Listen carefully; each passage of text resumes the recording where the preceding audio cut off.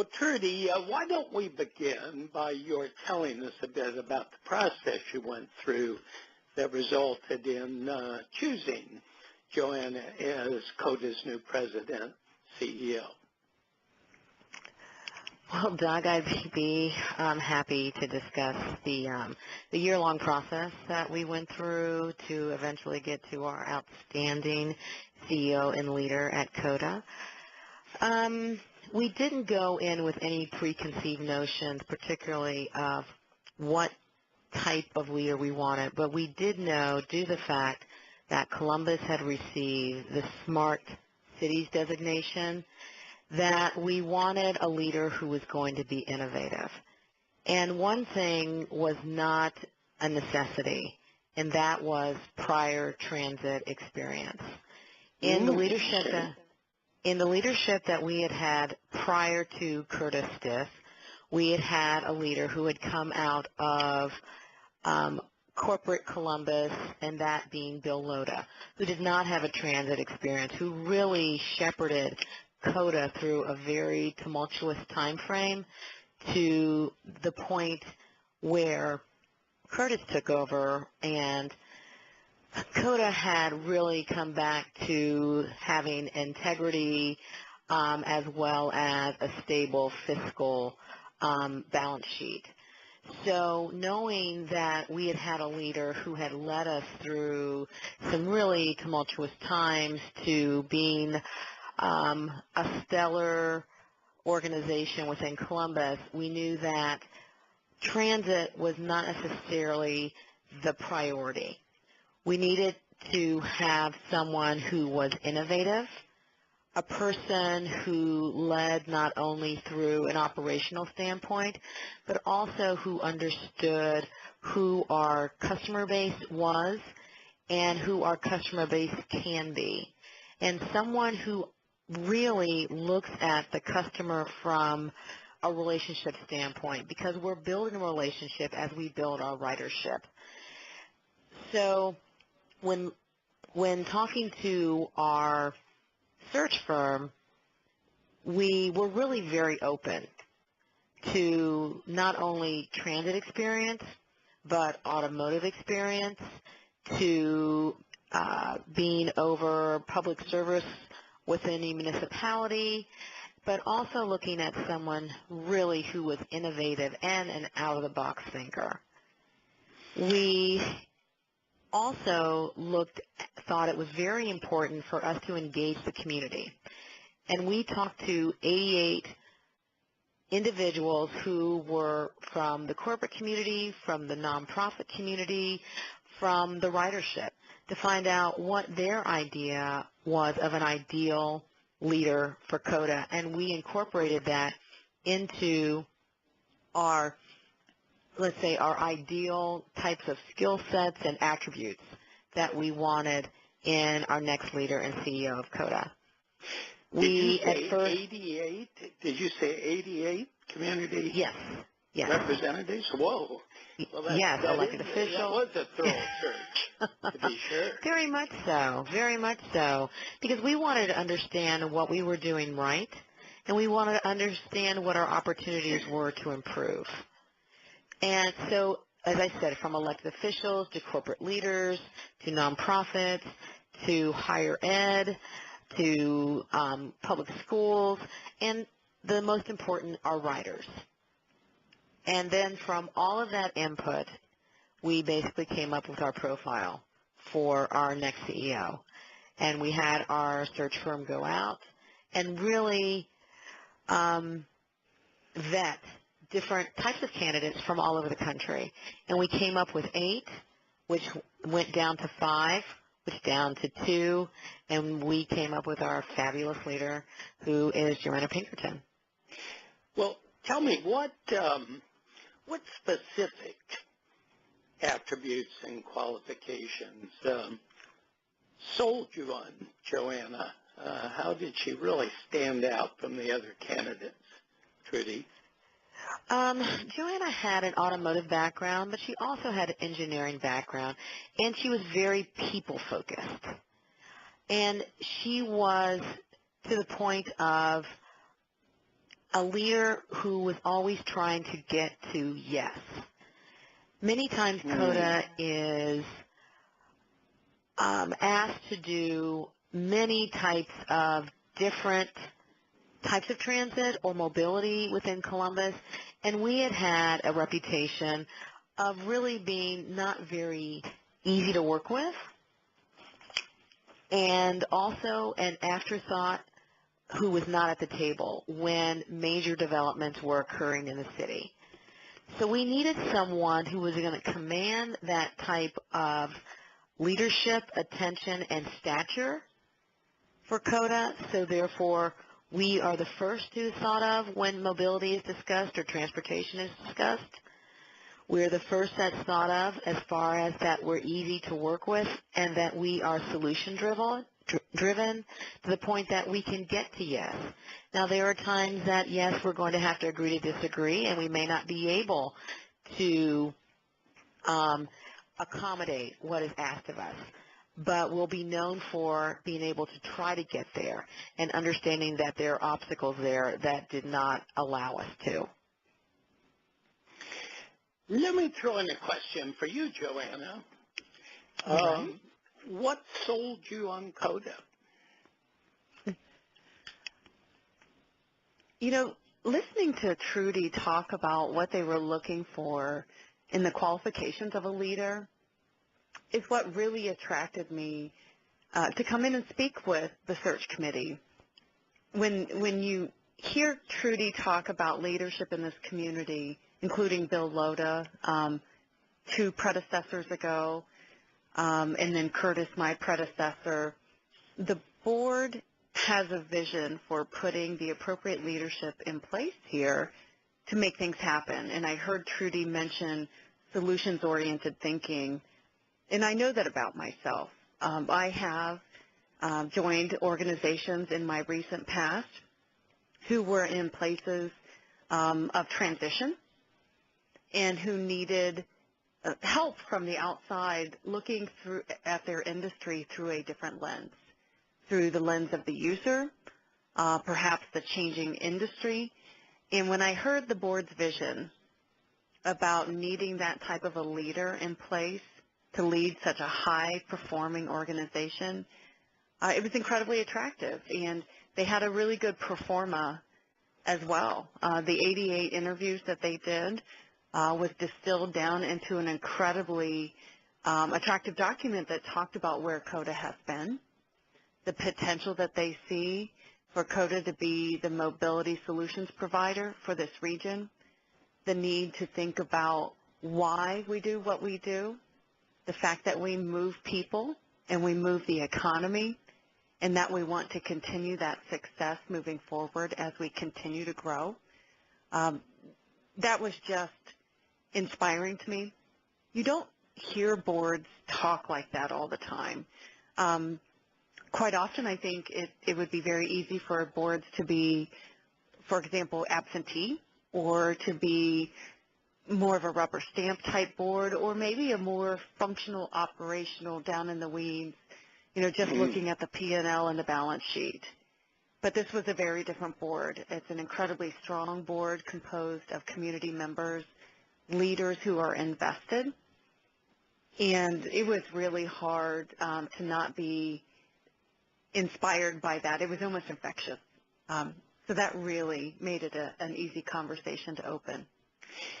Did you have it in your mind, Joanna, that you were headed for, excuse me, a CEO position? That you were, at some point, was that in your career planning? Yeah, certainly not. Kind of come out of the blue? No, not at all. I'm chuckling because I know some people operate under this premise of very planned, meticulous. This is my goal in 5 years. Here's where I want to be in 10. And I've been really blessed in my life to have incredible opportunities to work on very impactful things through my engineering career very early on, to learn more about politics, policies, things of how the systems that we build impact people's lives. Trudy mentioned Bill Loda. I first met him almost 15 years ago. when I was a much more junior engineering leader in the Central Ohio region, and he was convening a task force, a transportation task force, 3 gubernatorial administrations ago, to look at what type of transportation system needs to exist for Ohio to continue thriving in the 21st century economy. And he named it that, the 21st Century Transportation Priorities Task Force. And wouldn't you know it, instead of just stacking the committee with your typical known entities, Bill reached out across the state, and he heard about me through connections we'd made, and here I was many, many years his junior, and he had the Department of Transportation director call me and say, why don't you come sit on this task force? We need your perspective. And that's just one example of how my career, took a different turn, because I got to see the policymakers in the governor's office, the transit authority, the county engineers, the users, the economic development professionals saying, this is my goal, but yet seeing firsthand where it was not connected. And then my career, after that, the DOT director actually ended up recruiting me. She said, I want you to come work for me. And I did. Had a very good career there at the Department of Transportation, but had that same support system of a leader, effectively a CEO, a director who inspired people, invested in people, and said, why are we doing what we are doing, and how is this transportation outcome, how is this project going to impact people's lives? So that really helped me understand how everything from my engineering skills to my ability to use my solutions and problem-thinking skills could be applied to impact people's lives. And Trudy referenced my auto background.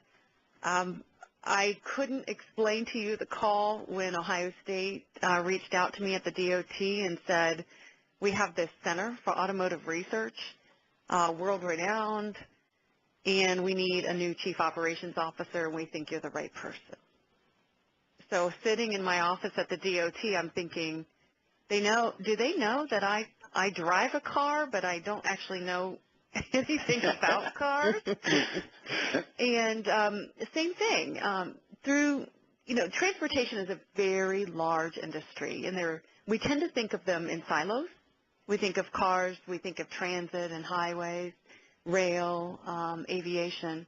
But the reality is, especially here more recently, as we see the mobility spectrum converging, if it's on the ground and if it's moving people, it really is becoming more connected. And not surprisingly, Ohio State, the thought leaders, we're looking ahead already, saying we know about the auto industry, we know about cars, we know about individuals, we know nothing about how the infrastructure world is evolving. And I was very firmly in the transportation infrastructure side the first decade of my career. And so I got to work there at Ohio State with people and build partnerships that said, how do we capitalize on this movement where mobility is shifting? It's becoming a communication industry. It's becoming an intelligence industry. So no, never thought about being a CEO. I just have always followed where I felt my talents would be best served. And the beauty of that is that opportunities abound when that happens. You were open to the opportunity, and you capitalized on it. Now, the one at Ohio State took a little while. It took 7 months for the two of us to agree that it really would be the right fit. So at COTA, it was a much easier fit, I think, just because of my background. Now, Trudy and Joanna, COTA not only hired a new president, CEO, but also created a deputy CEO position, which apparently is kind of chief operating officer. Tell us a bit about that. How was that decision made, and how how do you link the two positions? What's the division of labor? Sure. So I'll start, and then I'll let Joanna talk about the detail to it. But this was a thought process that began even before Joanna before we had a new CEO, because we looked at the organization with the prior administration and with Curtis Stiff, and Curtis was doing a great job, but Curtis was trying to do everything. And we felt that there needed to be a person where he could do the visionary work and attend the meetings, but there needed to be someone from an operational standpoint to work on the day-to-day. So therefore you would have a split in the division of work, but very complementary, where at times it could even be interconnected and cross-trained. But it was really an idea that started, and when we started having the discussions with Joanna, particularly from a contractual standpoint, she really brought this idea up of the CEO, of a COO, whereas we had always discussed it and thought about it and not acted upon it. Well, and Trudy articulated that perfectly, because I was so here I am in the middle of negotiations about a new job, and I said, I need to be frank with you about some thoughts I have. And so I left right in with how important I thought it would be to have this deputy CEO or COO position, and I was so pleasantly surprised and just bowled over by the support by then board chair Jean Carter-Ryan and Trudy, who was vice chair and about to become board chair, and they looked at me and said, that's exactly what we're thinking. And so they have seen what it takes to run an organization of this size. So I was really, really pleased that my tactical experience, having served in that type of role before, I can really vouch for it and how important it is, and also how important it is to have the right person in that role. And clearly, Emil, having operated in the transit industry for more than 25 years, and his inherent knowledge of operations, now not entire business operations, but transit operations, was a skill set you would not find with any traditional COO. So we did decide on the deputy CEO position, and we've all been charging forward. I can't think of a moment where it doesn't feel right. I can't imagine had we not done it, quite frankly. So I take it it's working well. Well, yeah, that would be an understatement. It really is working well. I'm actually, if it's okay to say, I'm sitting in Emil's office right now on his phone. We sit right next to each other. There really is a Venn diagram. And anyone who's worked in a relationship like this with CEO and deputy CEO or CEO and COO, they know what I mean by that. There is a need for the CEO to have capacity and freedom to explore the vision, to help instill a culture, in my case, a culture of openness and equity and innovation. And then there's also time for some of that tactical, but you need the deputy CEO who's doing the tactical all the time, working with the CIO, the CFO, the development office, the new VP of Ops, making sure that the agency is prepared to continue to operate best-in-class service, but also so that it's being structured and restructured to be nimble enough for whatever that vision might ask of it. And in that Venn diagram, those overlap a little bit in the middle. Emil, I was so enlightened just spending time with him when I first came on board about the things he's seen for the last 3 decades and his belief in how we can make this a more equitable agency that represents the community, and what it will take tactically to make sure that we are nimble and innovative I can't say enough about what a great working relationship that is, but how important it is for people to consider that if they're not doing so already. Well, great. Now, I know you two are tremendously busy, and so you'll be happy to know I'm going to ask you a closing question, and you can be about your business. But first, and I was going to say this earlier, and we jumped in, but I want to congratulate you once again, you and your COTA colleagues, on receiving APTA's very prestigious Outstanding Public Transportation System Award at the annual meeting in Nashville.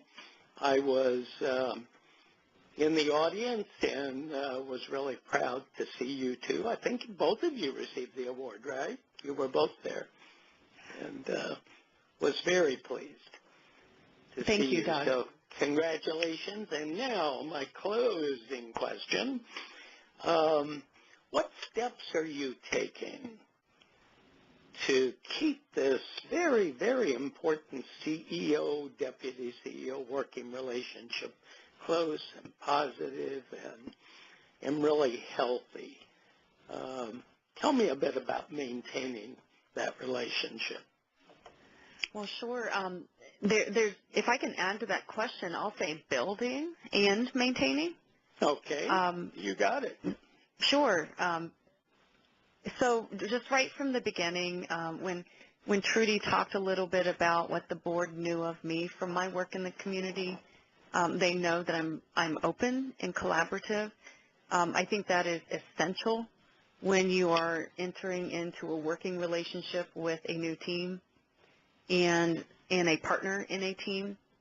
And so just opening the door and having routine communication. Like I said, we sit right beside each other. We do have structured meetings every week, one-on-one. We also have a structured meeting every week with all of the chiefs in the two of us, and they see us working in tandem. We made a commitment to each other from the very beginning that people would see that, so that if I happen, like today, where I stopped over to McKinley Avenue, our largest facility where the majority of our buses are maintained and repaired, and where most of our operators are dispatched from. And I stopped in, and they know that if I'm there, that I'm representing the same values that Emil does. Emil spends almost every Friday there, and I can't. But they know that when they see Emil walking the halls, that he is espousing the same values that I believe in. So we made a big effort, especially up front, and we do this routinely, to meet together and then also separately so that people can get accustomed to that routine, reinforced, intentional message that this is what their leadership believes in. And we tumble. So if we have ideas that are different, we throw them out on the table and say, will you tell me about your experience and why you would do it that way? And vice versa. And then we come to consensus. We make a final decision about, well, how are we going to approach it? And the majority of the time, there's a third solution out there that's a combination of the two of ours experience, because we come at things from very different perspectives, but they're very singular perspectives. And almost every single time we end up with a solution that we then toss to the team, and they look at us and think, wow, that covered all of the needs we would have been concerned about. So intentional conversation almost every single day. So, Trudy, anything to add? I think as a board, we're extremely fortunate to have such a dynamic team that is leading not only the 1,100 employees, but also the Central Ohio region into a new type of idea of what transit is. It's no longer just fixed route. It is connectivity to other modes of transportation, with the idea that our ultimate customer is that person getting on the bus to get to where they need to go through using COTA. If that connects to Uber, Lyft, a scooter, a bike, however, but we are part of that connectivity in the Columbus region to get people to where they want to go.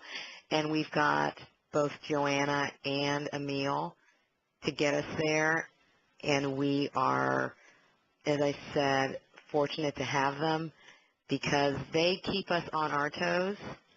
We keep them on their toes, but we all have that same end goal of supporting the Columbus community. And I think you're actually providing transportation services in what is now the second largest metropolitan area in the Midwest. That's I'm correct. not mistaken, next to That is Chicago. Well, I want to thank you, Trudy and Joanna, for this fascinating podcast. Very thought-provoking story of an highly innovative and not really traditional decision to bring on an externally focused, innovation-focused, growth-focused CEO in Joanna, and to put in place a deputy CEO, a chief operating officer, if you will, to support Joanna in that role. Thanks so much for taking the time. I know you got a group of people waiting outside for your time, and so I'll let you go. And meanwhile, we ought to think about a part 2 down the pipe. So thanks again, and have a great evening.